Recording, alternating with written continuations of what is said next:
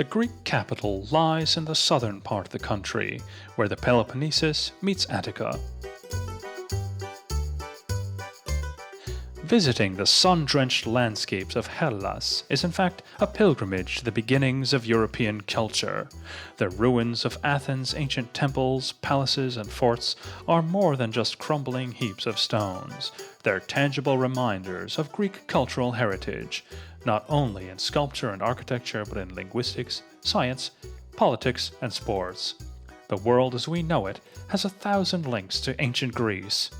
This is the birthplace of democracy, the first Olympic Games, and of hundreds of concepts and words that all European languages use to this very day. The ancient ideal of beauty and perfect sense of proportion still leave us spellbound as we gaze upon their often fragmented sculptures. Philosophy, literature, theater, and the science of history all have their roots in ancient Athens. The best-known feature of the city is the Acropolis, crowned by the gleaming pillars of the Parthenon. This majestic complex of buildings was built on a hilltop 156 meters high. On its southern slope we find the remains of two ancient theaters, the Theater of Dionysus and the Odeon of Herod Atticus. The Baeulae Gate, leading to the Propylaeum, was named after the archaeologist Ernest Baeulae, who discovered the gate beneath a Turkish bastion. The two rocky towers were originally erected in Roman times and expanded later by the Turks. The line of stairs is divided by a terrace. The marble covering of the stairs has now been reconstructed. Earlier, tourists suffered 60 to 70 accidents a year climbing the stairs. The Odeon was built by a wealthy and famous patron of Athens in memory of his deceased young wife, following the standards of Roman theater design. This theater, once very ornate and covered in marble, could accommodate 6,000 spectators. Its remains had been painstakingly restored, and the Odeon now hosts the Athens Festival every September. Left of the terrace stands a huge column. The marble memorial was erected in the 2nd century BC to honor Vipsius Agrippa, son-in-law of Emperor Augustus. The almost 9-meter-high base once supported a 4-horse war chariot in bronze, but that has been lost. The Propylaeum is the entrance to the Acropolis, an ornate gateway, a fitting overture to the fantastic sight that awaits us. It was commissioned by Pericles and designed by Phidias, but construction started under the direction of Menescles after Pericles left Athens. The 18-meter wide and 24-meter long Propylaeum is divided into 3 halls by Ionic columns. It originally had a coffered ceiling, which was destroyed by an explosion in Turkish times.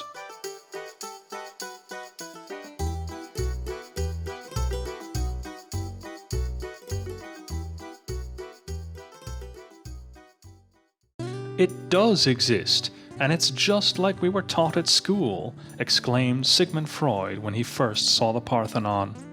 This sanctuary is not only the defining feature of the Acropolis, it's irrefutably the principal achievement of the classical world, and owing to its sculptural decorations, a singular representative of the Phidian style. The construction of this Greek temple of perfect beauty started in 447 BC, under the direction of Ictinos and Callicrates. This was the first Greek building to be constructed entirely of marble. The sculptural decorations were made by Phidias, the greatest artist of the time. The colonnade rests on a limestone foundation and measures 70 by 31 meters. The 46 Doric columns are 10.5 meters tall, and the center of the tympanum is a further 5 meters above the foundation. The colonnade once housed Phidias's masterpiece, the gigantic statue of Athena Parthenos. The statue was sculptured in honor of the victory at Marathon and was destroyed during the Venetian Crusaders' ruthless campaign. An excellent copy remains in Bologna today, and a smaller-scale copy is displayed at the National Museum in Athens. There is a place where perfection exists. Pentelic marble is a manifestation of the ideal material form. So wrote Jules Renan. It seems the entire temple is singing, enthused Goethe. Here, one truly realizes what art is, and the soul cannot help drawing a parallel between works of architecture and works of poetry, said the German writer Emanuel Gebel. From Herodotus to Chateaubriand and Byron to Hölderlin, few writers missed to enthuse about the Acropolis and the Parthenon. We, in the 20th and 21st centuries, are left with the naked skeleton of the columns. We have to make use of the remaining paintings, drawings, and sculpture fragments to help us imagine its former glory, the gleaming marble of the floors, the color of its friezes, tympanums, and rosettes, the sparkle of bronze garlands and gilded shields in the sunlight. In the modern age, reconstruction of the Parthenon began with the re-erection of the colonnade, which partially collapsed in the 1894 earthquake. In the spring of 1905, the International Congress of Archaeologists held its opening session here. The most urgent preservation works were completed by 1930. In 1975, UNESCO started an extensive program to save monuments. Since then, tourists are not allowed inside the colonnade, and even air traffic is directed away from the Acropolis. The Erechtheion is the most mysterious building in the Acropolis. It's named after King Erechtheus, who was buried there. It may also have been the location of the still undiscovered Mycenaean palace. This could perhaps explain some unusual features of the building. We find no trace of typical Greek symmetry. The building has no main axis, but has 4 ground levels and 3 top levels. Its exteriors and column orders are also different. There's no front hall, and there's no uniform stone floor, perhaps because the builders did not wish to close off the shrines and tombs beneath the building.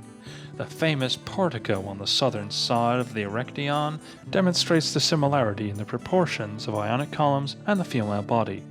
The 2.4-meter-tall slender figures called caryatids are familiar elements of archaic architecture. The Acropolis Museum, founded in 1878, was partially built underground, so as not to disrupt the view of the elevated plain. Invaluable metopes, friezes, reliefs, and statue fragments are displayed here. All that has been preserved and had not been looted or carried off to museums around the world.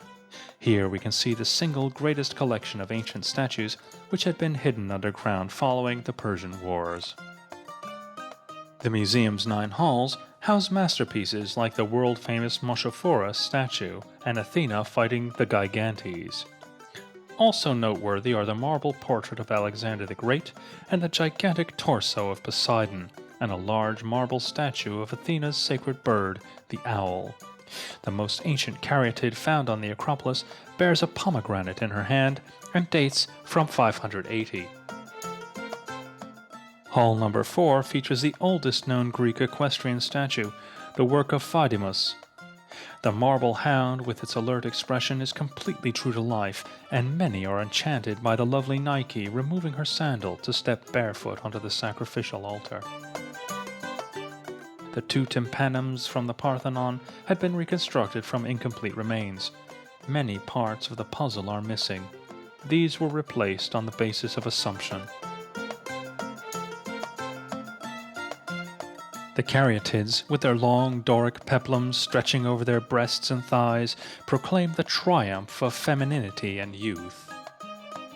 No wonder they caught the eye of Thomas Bruce, the 7th Earl of Elgin. The British ambassador to Turkey collected the decaying statues on the Acropolis in 1803 and shipped them to the British Museum in London. The collection, called the Elgin Marbles, is exhibited next to the Rosetta Stone, the nose of the Sphinx, and other relics of ancient Egypt. A section of Parthenon friezes some 75 meters long is also accommodated there. The walls display metopes, sculpted rectangular panels of stone. 15 metopes can be found at the British Museum, 1 in the Louvre, and 41 are still in their original places. The remaining, rather fragmented specimens are exhibited at the Acropolis Museum and at the National Museum in Athens. In addition to the Acropolis Plateau, there's much to see on the slopes as well. As we look down the southern slope, we see the Theatre of Dionysus. It was built around 330 BC and converted several times. Dramas, Tragedies and comedies were performed here, but it was also used for official ceremonies, and at a time the People's Assembly was also held here. To the north, we see the Agora at our feet. To the east, the columns of the Olympion and Hadrian's Arch, with the peak of Likavitos in the background. The narrow alleys of the Plaka are hidden by the houses. Only the Hephaestion stands tall among them.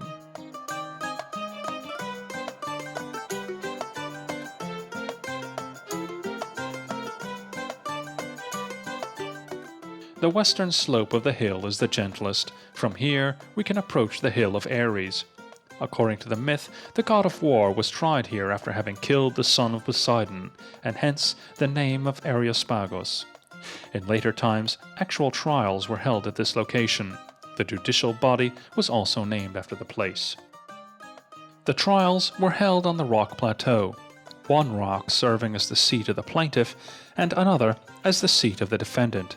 Order was maintained by Scythian archers, who had their garrison on the ridge of the hill. To the north stood the shrine of Erinyes, the underworld goddess who took revenge for murder. The original steps, carved into the rock, are still there, but they're so worn and slippery that tourists generally prefer the new metal steps. As far as the eye can see, the terraced white block houses of New Greek architecture form a solid mass.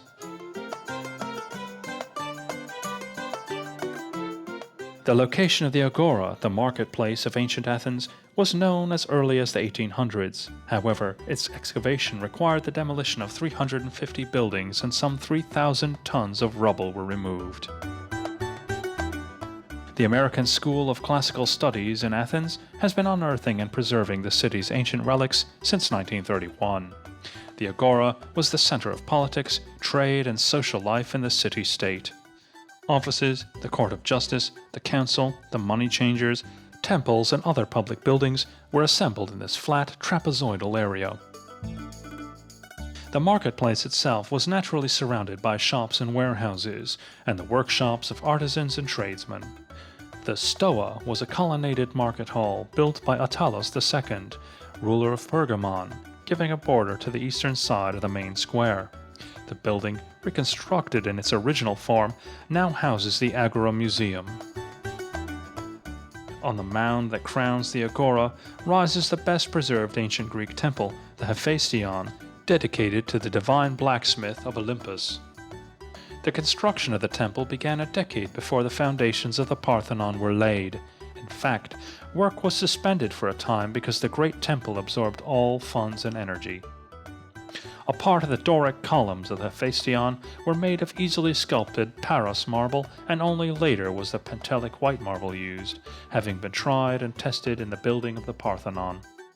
It feels strange to walk in an original Doric temple with a ceiling, the walls of the naos standing firm, the metopes, reliefs, and yellow thickset columns in place, which rise from the flowers circling their base just like 2,400 years ago, when the now decrepit Agora was teeming with life. The area is diagonally bisected by the Panathenaea, the sacred pathway which leads to the Acropolis. Of the buildings of the Agora, only the main walls remain, as new houses had been built over them. From these ruins, the archaeologists try to reconstruct what the square may have looked like before our time. The Bouleuterion was the city hall, where the 500 members of the council met.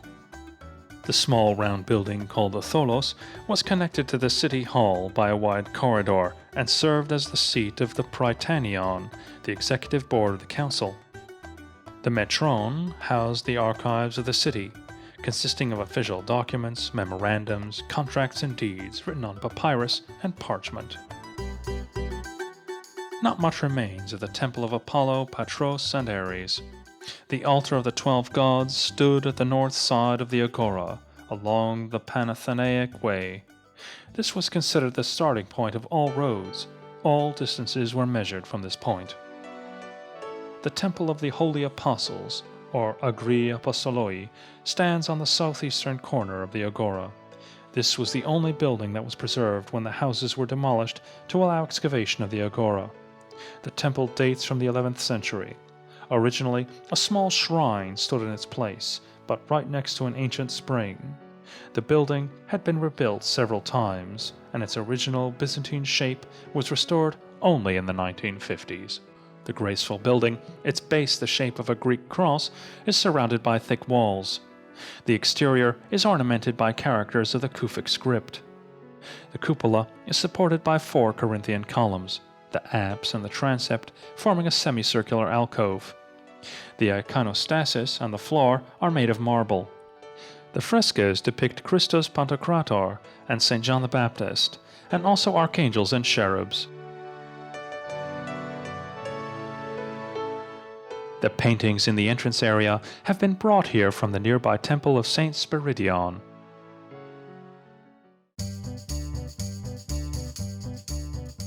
The rails of the underground railway emerge to the surface along the north side of the Agora and run parallel with the walkway named after Hadrian's library. The railway thus crosses the Sacred Way and probably the Stoa Poikile, or famous painted portico. Contemporary historians wrote that this colonnade was the most beautiful one ever seen. It's being excavated by American archaeologists.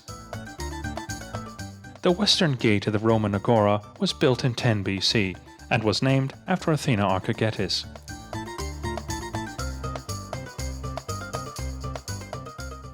The Roman Agora lies in the Plaka area.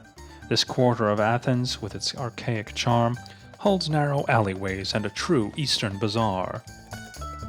Its mosque is one of the few surviving reminders of Turkish times, and even the bazaar itself seems a smaller sibling of the Great Bazaar of Istanbul.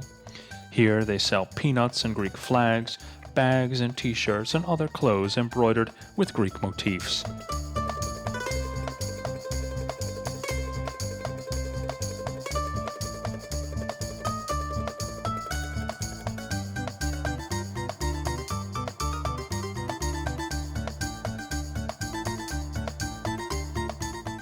You can also buy souvenirs and copies of Greek antiques, objects of worship, icons, old coins, CDs of original Greek music, and of course, locally produced food and drink.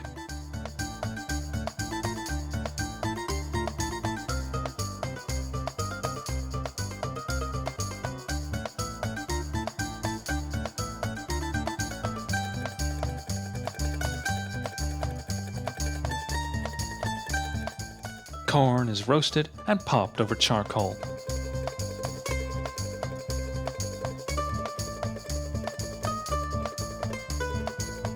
Take your pick of fruits, large grapes, figs and oranges, try spices and spice mixtures, olive oils and olives.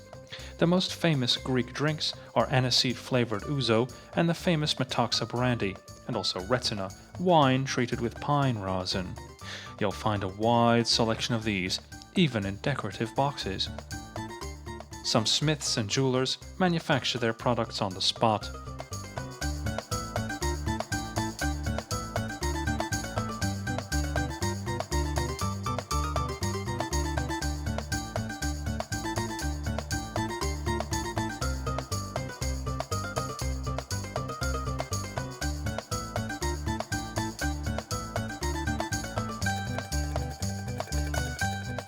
The great metropolis church was built around 1840 to give the capital of the newly liberated country a cathedral of fitting splendor and size. The majority of its ornaments originate from previously existing churches. It dwarfs the little metropolis church next to it, which dates back to the 11th century. The exteriors of both churches are decorated with Byzantine and antique symbols carved in marble. The cathedral was dedicated to the memory of Patriarch Gregorios. His marble sarcophagus lies in the cathedral, left from the entrance, and his statue stands outside in the square. The square is surrounded by Athens' most elegant pedestrian area. Here the shops and coffee houses are westernized, with little regard for national identity. The nearby Tripodos Street was once home to Byron and Shelley. Kopnikaria Church is one of the more important Byzantine monuments in Athens. Compared to other buildings originated in the 10th and 11th century, it lies deeper below today's street level. Originally, it was symmetrical, in the shape of a Greek cross, and the north wing was added later. The Olympion joins Ethnikos Keros, the People's Garden, from the south. The People's Garden features an open-air exhibition of photographs of Greek monuments. The Olympion was named after Olympic Zeus. Among the remains of antique houses, we walk toward the Arch of Hadrian. This is the gateway that was built where once the wall of Theseus's city once stood. On the western side of the marble gateway, the inscription says, "This is Athens, the ancient city of Theseus." On the eastern side, another inscription responds, "This is the city of Hadrian and not of Theseus." The shrine of the chief deity is not the only attraction at the huge excavation site. True, its gigantic marble columns are the most prominent feature. The site is located in the valley of the Eleusis river, which, in Greek mythology, was a sacred place for the Earth Mother Gaia. According to the legend, this is where the great deluge flowed into the Eleusis river through a crack in the rock. It was Pisistratos' idea to erect a temple to Zeus at this spot. The Doric shrine was 107 meters long and 41 meters wide, framed by 8 columns on the shorter and 21 columns on the longer side. However, history intervened and the work was disrupted. 8 columns of the semi-finished building were taken to Rome, where you can still see them in the Temple of Jupiter on the Capitoleum. The Zeus temple was finally completed in 130 AD at Hadrian's order. The building stood for some 300 years. Of its 104 columns, 15 are currently standing, but even the ones lying on the floor show its monumental size. The columns are 17.5 meters high. The Capitol measures 3 meters in diameter. No trace remains of Plato's Academy, where he received his disciples and where he was also buried. There's a pretty little grove at the spot, the successors of the 12 olive trees of the Academos. Branches from these trees were used to reward the winners of the Pan-Athenaia celebration games. A simple stone slab east of the grove commemorates the settlement of Kolonos, immortalized by its native son Sophocles in the drama Oedipus at Colonus. According to the legend, Oedipus disappeared here at the end of his life into a rock crevice. The People's Garden is a huge bright green patch in the center of the city, south of the Parliament. The park once belonged to the royal palace and is enclosed by 3 avenues bearing the names of 3 queens, Amelia, Olga, and Sophia. In the middle of the park there stands a Zapion, the colonnaded building built by the wealthy Zappas family to house temporary exhibitions. Next to the Zapion, we find the memorial of Ioannis Barbachus, built in antique style, and nearby, the one-time palace of Heinrich Schliemann, discoverer of Troy. The Parliament building, which was originally built as a royal palace, seems anachronistic in the Greek capital.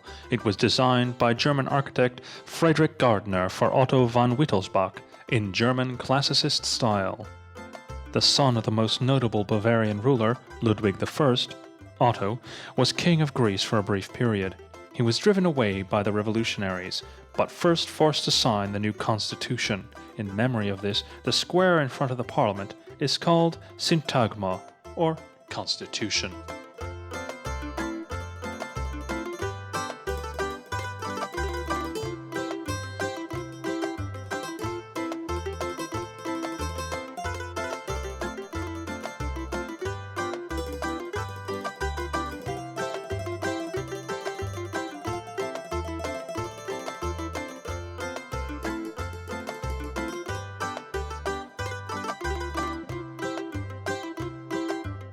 In the square, soldiers stand guard in shoes decorated with tassels and wearing a rather unusual uniform.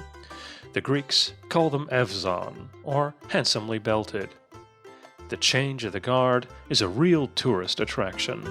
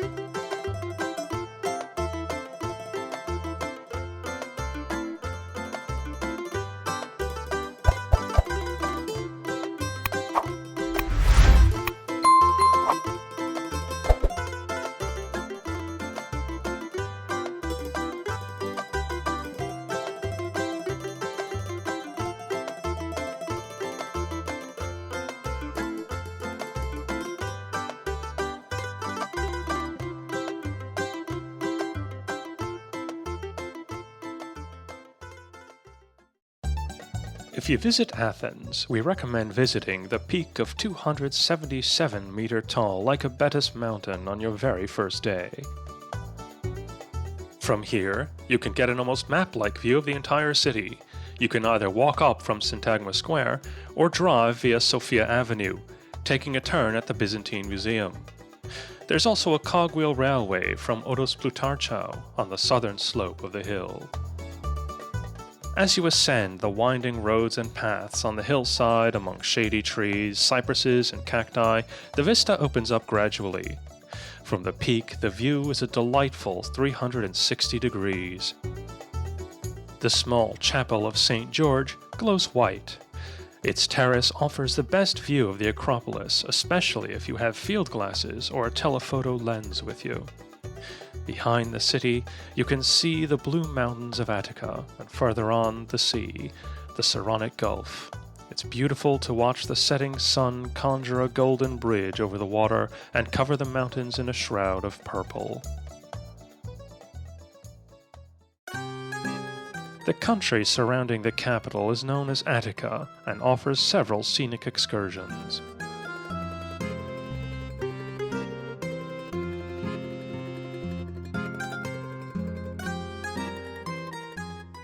Marathon. The battle and the run have forever etched this name into human memory. Attica's second highest mountain is the Penteli. Here is the source of the marble of which the Parthenon was built. Beneath the mountain's eastern slope lies the Bay of Marathon. Among the mountains and picturesque surroundings, we find Lake Marathon, a water reservoir. This artificial lake pleases the eye, but it has a much more important reason to exist. In the hilly Attica region, drinking water was always a precious commodity.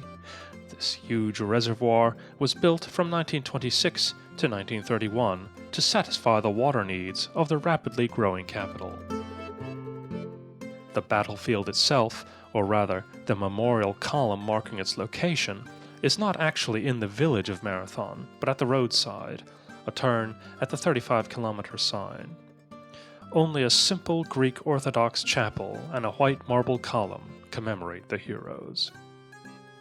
Herodotus' detailed account of the event is corroborated by archaeological findings. The attacking Persians outnumbered the Greeks by 3-1. The backbone of the Athenian army was the infantry, composed of farmers and the less wealthy groups of city dwellers called the hoplites.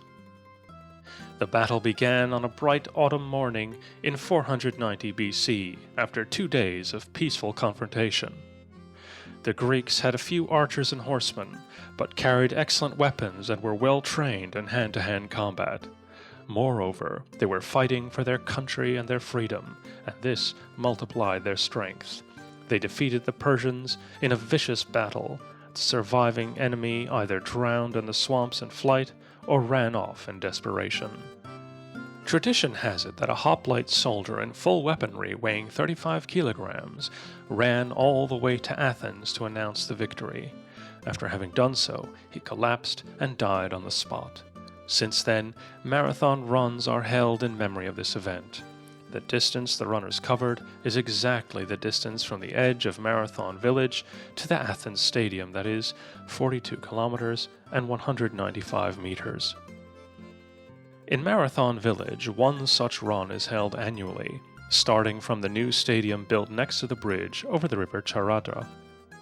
6,400 Persian, 192 Athenian, and 20 Plataean fighters fell in battle. The Greeks were buried in 2 burial mounds. The tombs were excavated by the famous Greek archaeologist Spiridon Marinatos, also known for the Akrotiri excavations on the island of Santorini. The Museum of the Battle of Marathon was built next to the burial hills. The exhibition features the objects found in the tombs of the Athenians and the Plataeans, and also findings from the Cave of Pan and the Tsepi necropolis, mostly early Helladic pottery. Some of the bas reliefs and statues date from times preceding the battle. Korinthos lies 60 kilometers west of Athens.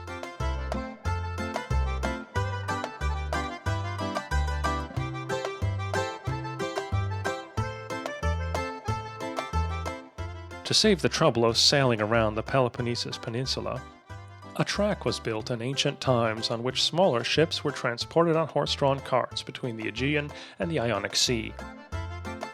A section of this 10-meter wide stone-paved road, called Doilkos in Greek, can still be seen at the Poseidon end of the channel. The Emperor Nero had already envisaged building a channel along this route for larger ships to pass through. However, his plan wasn't realized until 1882. In that year began the construction of the Corinthian Canal, which is 6.4 kilometers long, 80 meters deep, and 23 meters wide at its narrowest point, which was completed in 1893. Today, even vessels of 10,000 tons need not sail around the peninsula anymore. The Citadel of ancient Corinth, its city center with the Roman Agora, is worth a visit. However, most of this once flourishing settlement was demolished by an earthquake in 1928.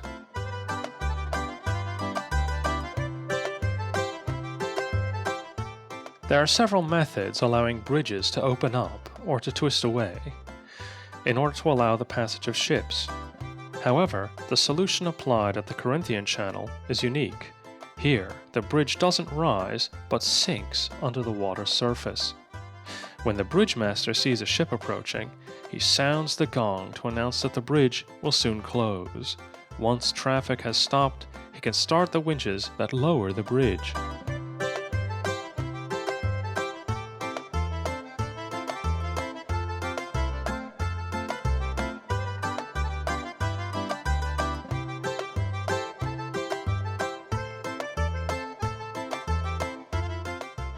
The ship passes and the bridge rises again, even 100 times a day if necessary.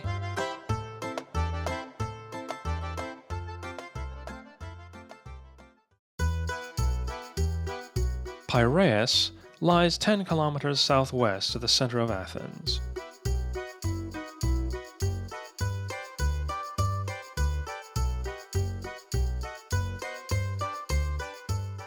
The rocky Octi Peninsula protectively embraces a larger and a smaller bay, both ideal natural harbors. This is why Pireus was already Athens' most important harbor in ancient times. Now it has become part of the capital. Back in the 1960s, there were fields and meadows between the two cities. But over a few decades, these gradually gave way to apartment blocks, villas, public buildings, shopping centers, and residences, until the two became as one. If you're not traveling by car, you can take the metro from downtown Athens to Pireus Harbor. In ancient time, the bays of Pireus served as commercial and military ports. Now there's a commercial port and a ferry port for passengers, and also a marina for yachts. The harbor is used by gigantic ocean liners, ferries, and luxury passenger boats, so it's a very busy place most of the time. Regular ferries to most Greek islands leave from the southwest quay of the greater harbor.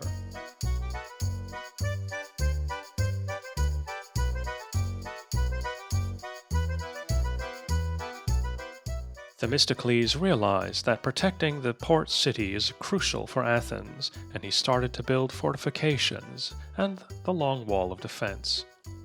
The harbor employed thousands of people, so public building and temples were soon required.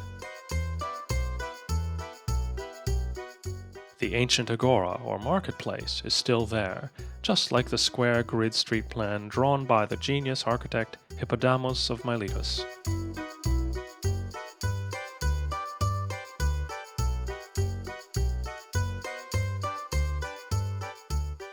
Although the city was destroyed several times in the course of history, it was always reconstructed according to the original plans of the greatest ancient architect. Pireus also has an archaeological and naval museum.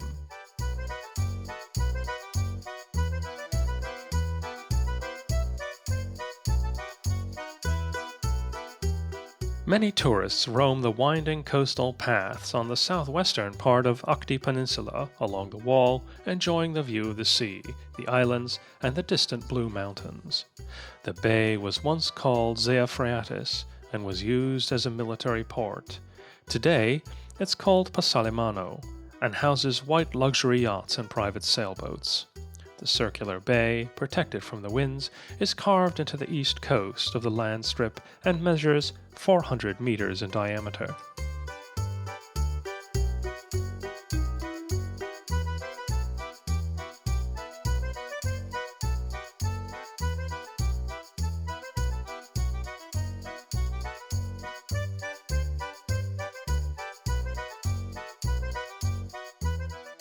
In the Middle Ages, the city was called Porto Leone, after an antique marble statue of a lion at the port entrance.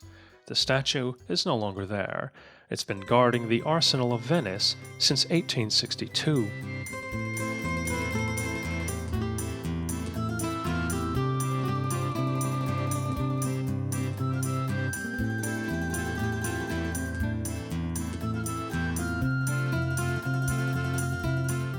The fishing port of Pireus is located further east, in a similar circular bay. Turco Limano, at the foot of Castella Hill, is also the harbor for the sports crowd. This is where beginners are introduced to the mysteries of sailing. Life is more tranquil here, so tourists enjoy visiting the taverns and fish restaurants along the harbor.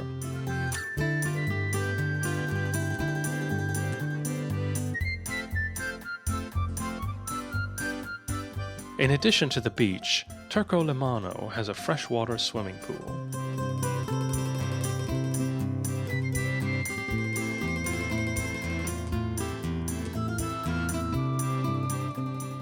A new stadium and other sports facilities have been constructed nearby.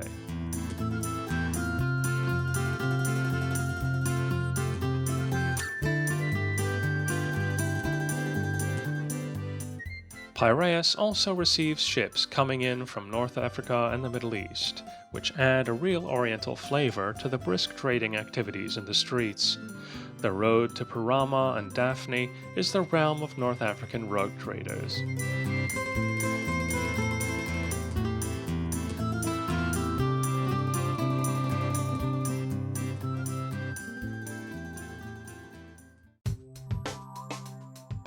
Eleusis lies 22 kilometers west of the center of Athens.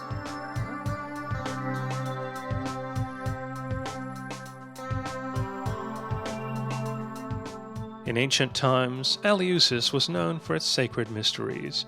According to the myth, Hades, lord of the underworld, abducted Persephone, daughter of Zeus and Demeter. In her grief, the mother rendered the earth infertile and set off to look for her daughter as a mere mortal. Finally, the gods agreed to a compromise. Persephone spends only 1/3 of the year in the underworld, and during this time, nature mourns together with Demeter. When Persephone returns, her mother covers the earth in fresh bloom and brings on spring and summer. The mystery celebrations therefore serve the cult of fertility. The sacred precinct of Eleusis existed since 1500 BC. This renowned cult center of the antique age was razed to the ground by the Persians. The ruins uncovered by 19th century excavations originate from the 1st century. The cult of mysteries was also popular in the Roman age, and in fact reached its peak in the times of Hadrian and Marcus Aurelius. At the entrance of the excavation site, we can see the remains of a temple of Artemis and 2 triumphal arches. The great propylaea was the entrance to the holy inner precinct. This is where the sacred way passed. To the south, we see the Kalikoros as well. This is where Demeter came to reclaim her daughter. To the right, on the slope of the hill, gapes the cave of Pluto, believed to be the entrance to the underworld. A Panagia chapel stands at the hilltop. But the sacred way doesn't lead there, but to the Telesterion, where the actual celebrations were held, only for the eyes of the initiated.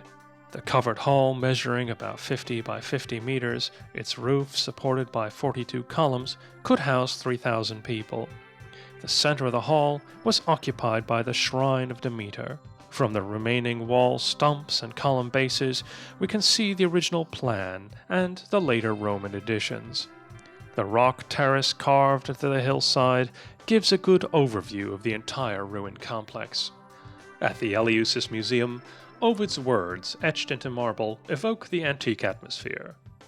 Hard by Hymettus' gaily flowered mount, mid soft green turf there springs a sacred fount.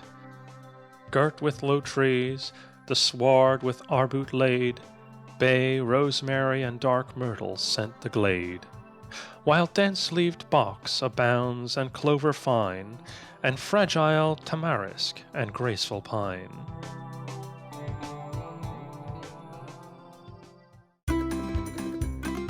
At 1,415 meters, Parnes is the highest peak in Attica.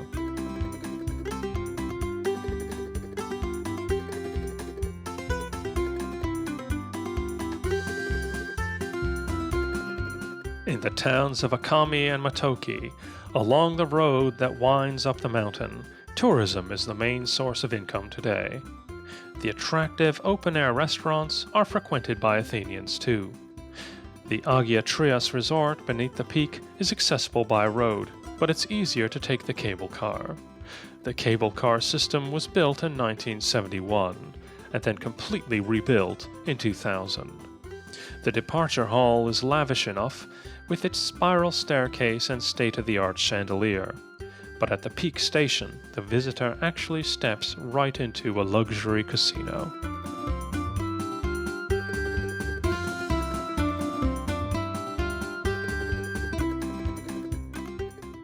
The green slopes of the Parnes are easy to recognize amidst the other mostly bare and yellowish-brown mountains.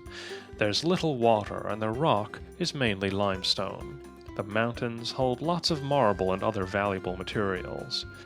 In ancient times, Lorien was known for its rich silver mine. In the smaller valleys, olive groves are interspersed with orchards of grapes, oranges, lemons, and figs. Cereals produced include wheat, barley, rye, maize, and rice. Scented herbs often grow wild in fields and at the roadside. On the rocks, Mediterranean plants grow among the thistles.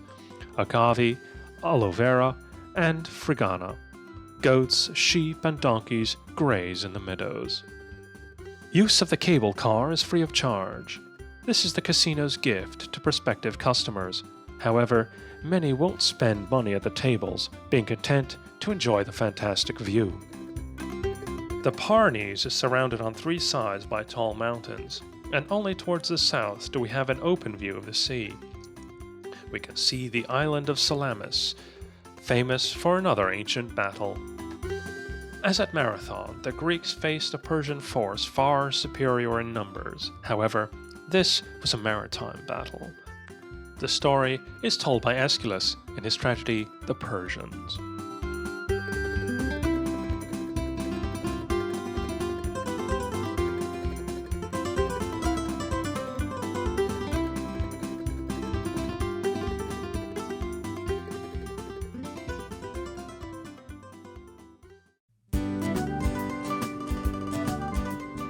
Athens Beach Vacation Resort begins at some 10 kilometers from the Olympion.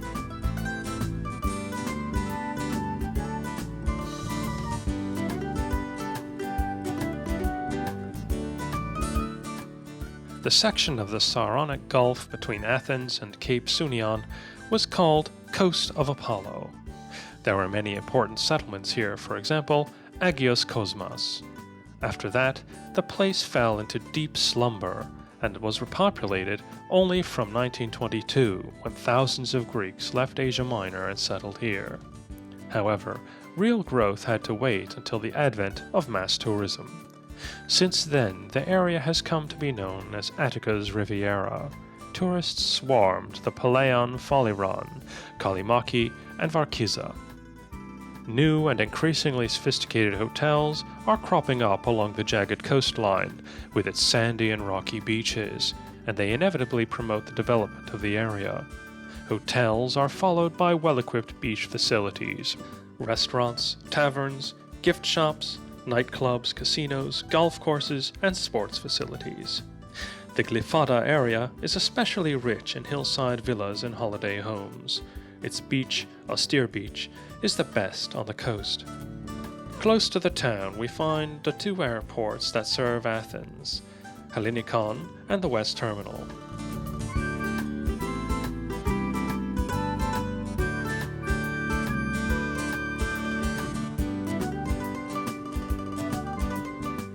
The name Voliagmeni means sunken. The town took its name in ancient times from a small lake wedged between precipitous rocks. Its sulphurous water, fed by warm underground currents, is used for medicinal purposes. Almost every Greek coastal town has a fish market. Sometimes it's found next to the vegetable and meat market, but more often in the harbour. The Glyphada market is one of the latter type, where the produce of the sea is sold straight from the boat. The catch is so fresh it wiggles. There are tunas, cods, mullets, halibuts, and sharks. Tiny sardines are netted in bulk, but the nets also trap squids and octopi. Both are popular in Greek cuisine, just like shrimp and other shellfish. Seafood is prepared as soup or as a starter, warm or cold, and it's grilled or made into pita filling or as a salad as well. Squid rings are delicious fried in batter, and octopus is often served in a fresh tomato sauce. Clams and shrimp tails are often used in salads.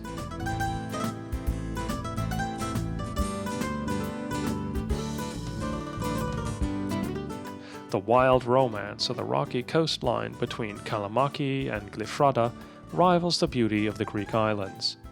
The hotels lining the beach are cheaper than in downtown Athens, and it's easy to get around either by car or by public transportation. Sunion, commemorated in Homer's Odyssey, is at the southern tip of the Attica Peninsula.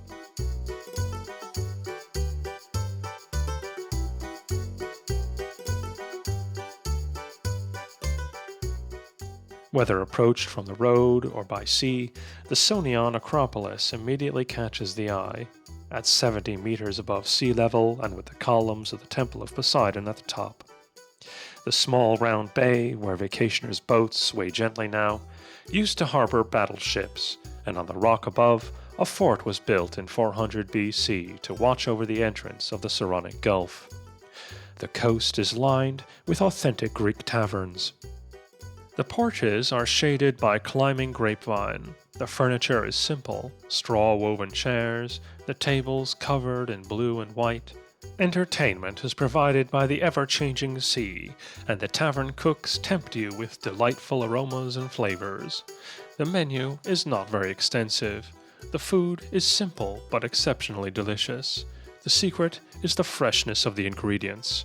Freshly caught fish, grilled on charcoal and sprinkled with the juice of a lemon picked in the backyard. Served with a country salad, or horiatiki, topped with white feta cheese and golden olive oil. It's best to wash it down with some local wine.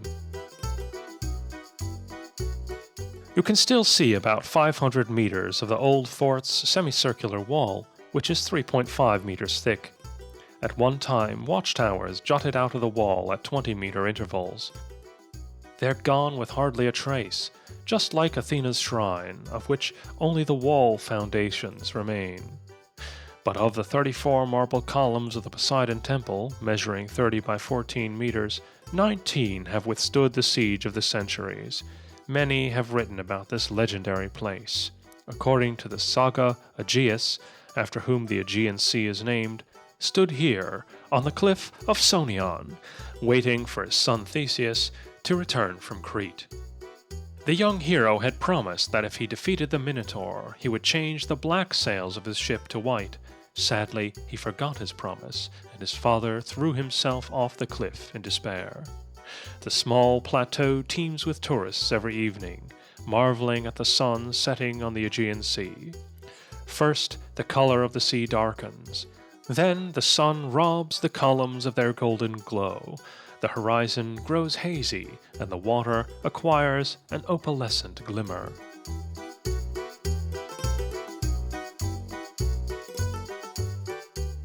Helios, from his sinking chariot, sends a last ray that covers the pearly back of the sea in purple and gold.